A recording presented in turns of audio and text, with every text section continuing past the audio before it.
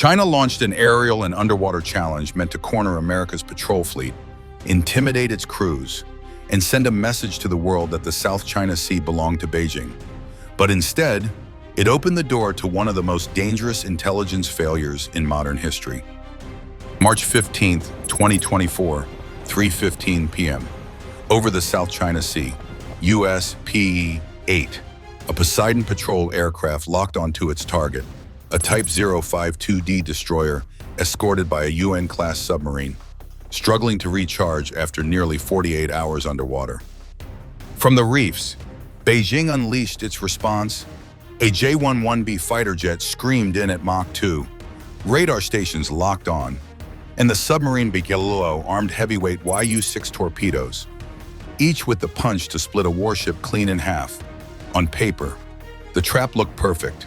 Air, sea, and electronic warfare converging against one aircraft in international airspace. But arrogance can be fatal. In the next 72 minutes, secrets worth billions would be exposed, and nothing would ever look the same again.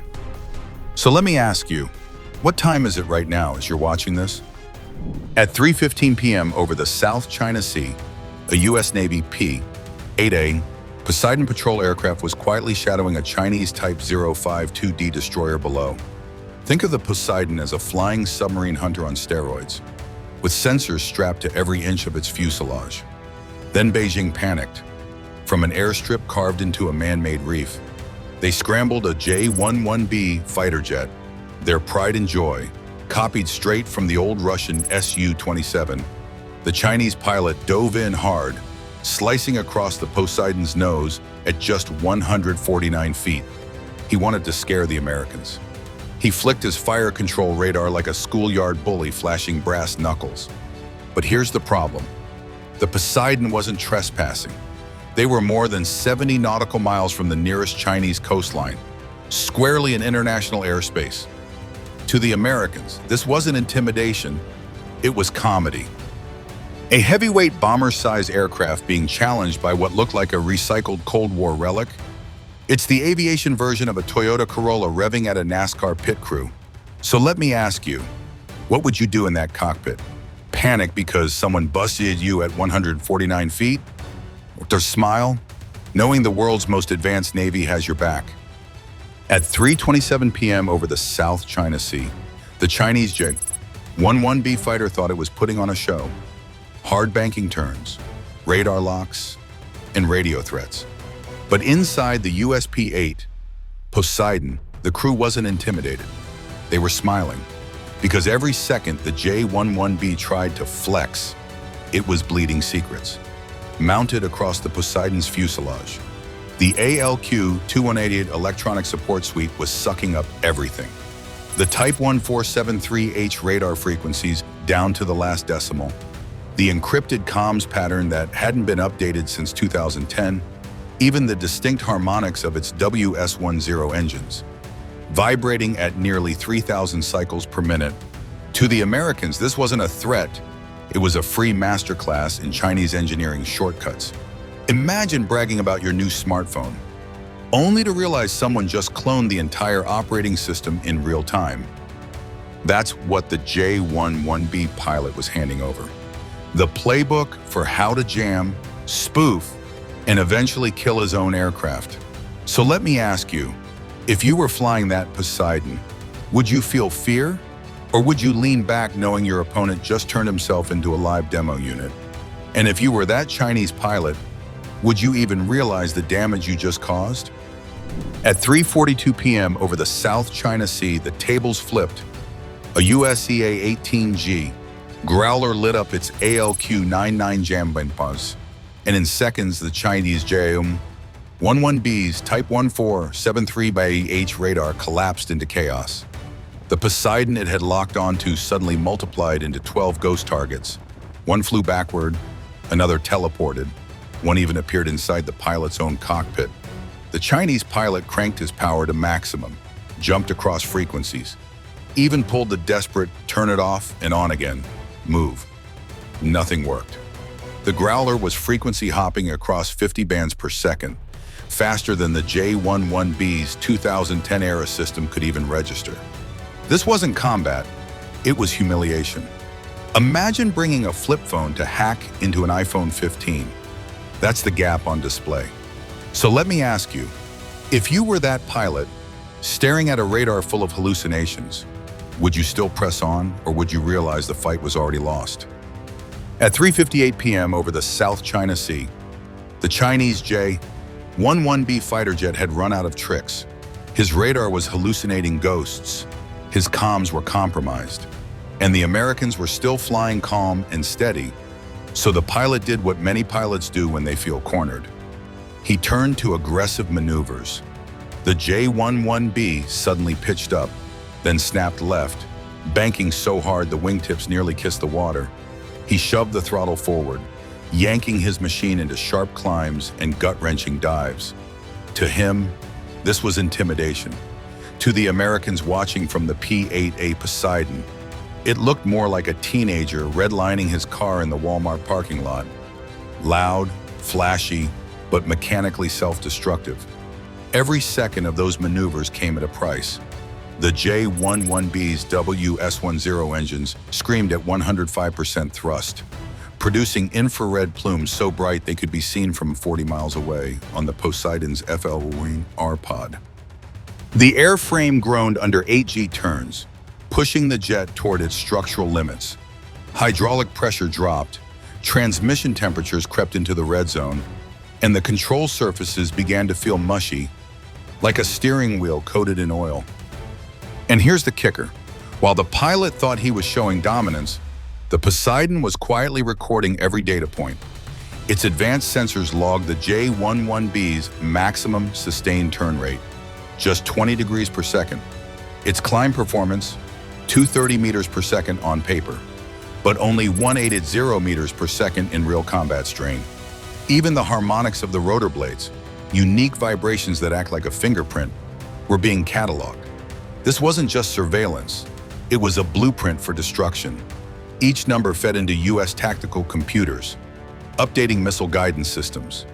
The next time a Chinese J-11B tried to dodge an AIM-120 AMRAAM, the missile would already know its exact limits, how fast it could turn, how steep it could climb, and the moment it would run out of breath. Think about that for a second. It's like watching your opponent's chess game in advance, noting every mistake, then programming your pieces to exploit them automatically. The Chinese pilot wasn't just fighting, he was teaching the US how to kill him.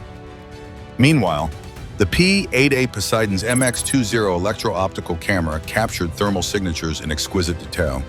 Exhaust ports glowing at 850 degrees Celsius, cockpit avionics at 65 degrees, fuel pumps at 120. Each hotspot became a targeting point for heat-seeking missiles like the AIM-9X Sidewinder. With this data, future American pilots could simply lock onto the exact weak spots of the J-11B, like tapping the reset button on a faulty laptop. And let's not forget the weapons mismatch.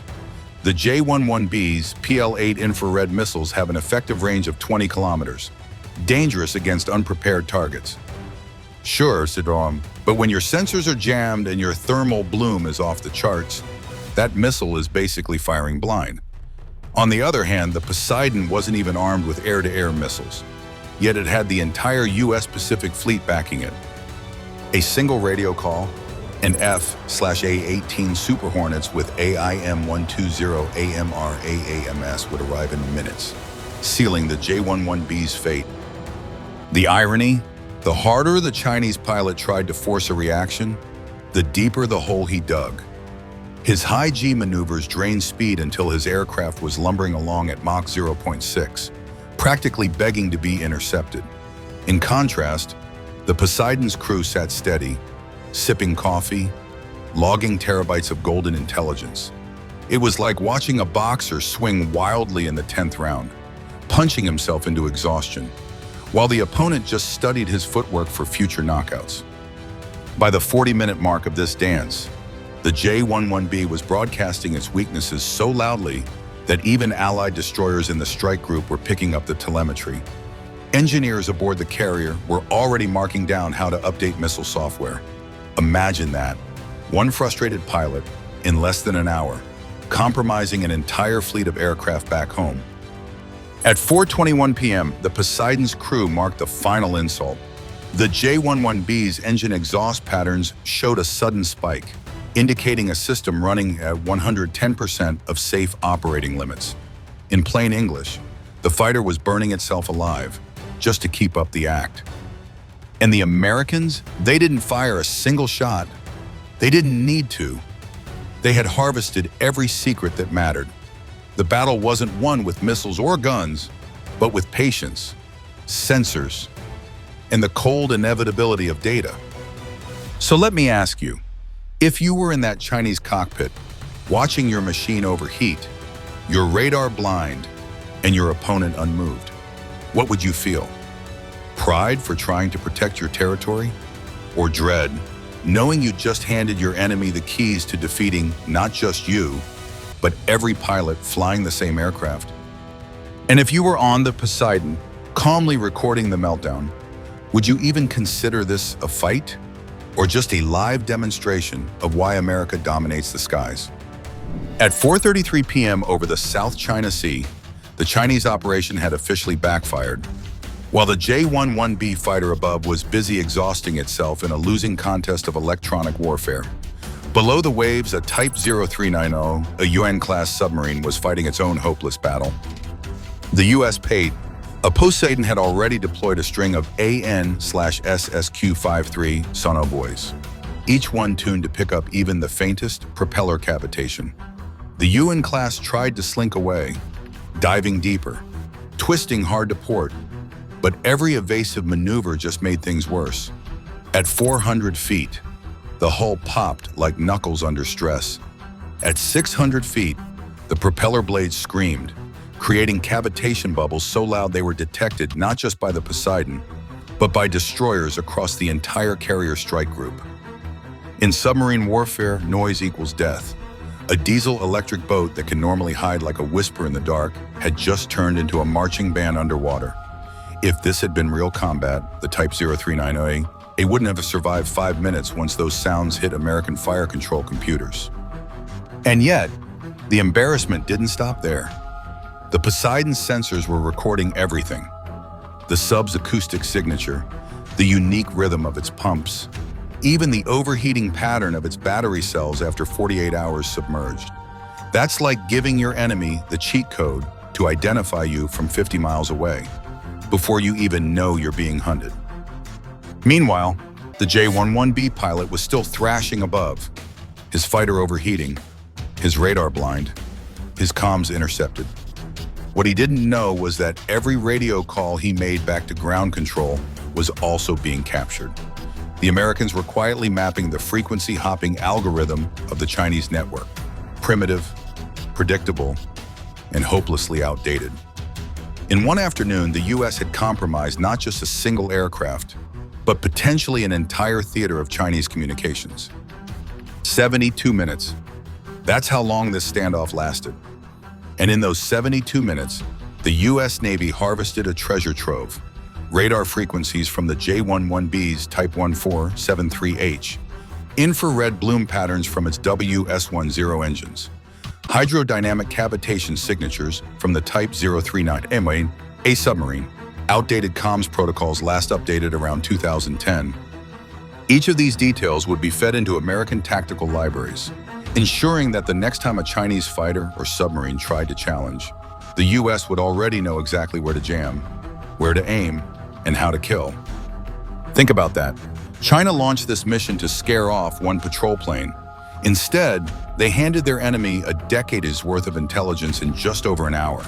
It's like showing up to a poker game, slamming your cards down on the table, and then announcing the bluff before anyone places a bet. So let me ask you, if you were sitting in Beijing's command room, watching the radar feeds and realizing what just happened, would you still call this a show of strength? Or would you admit it for what it really was, a self-inflicted disaster that gave America every advantage it wanted, without firing a single shot? So what do we make of all this?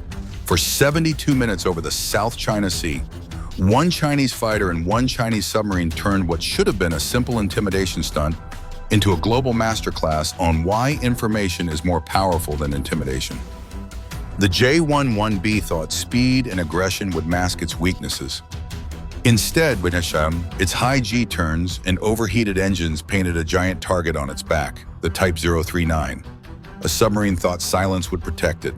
Instead, its desperate crash dives made it louder than a rock concert underwater. And the US Navy, they didn't need to fire a single missile. They simply listened, recorded, and walked away with intelligence so valuable it could shape future wars. Here's the lesson. Technology without strategy is just theater. China showed up with hardware, jets, subs, destroyers, but hardware means nothing if you don't control the information domain. Electronic warfare, signals intelligence, acoustic signatures. This is where wars are won long before the first shot is fired.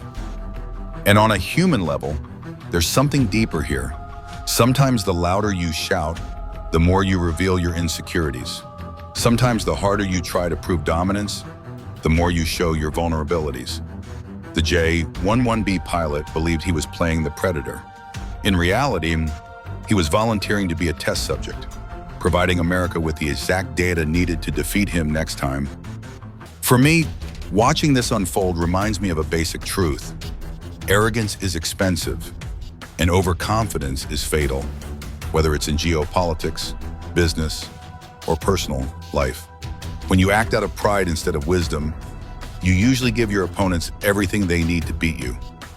So the real story here isn't about China's failures or America's dominance. It's about the value of patience, intelligence, and strategy. The US crew didn't rush, didn't panic, didn't escalate. They just let the other side reveal themselves. And that's a lesson worth remembering, in war and in life. Now I want to hear from you. What do you think the biggest takeaway is from this encounter? Is it about military technology? Is it about psychology? Or is it about the timeless truth that knowledge is power? And one last thing before you click away. Tell me this, what time is it right now where you are watching this video?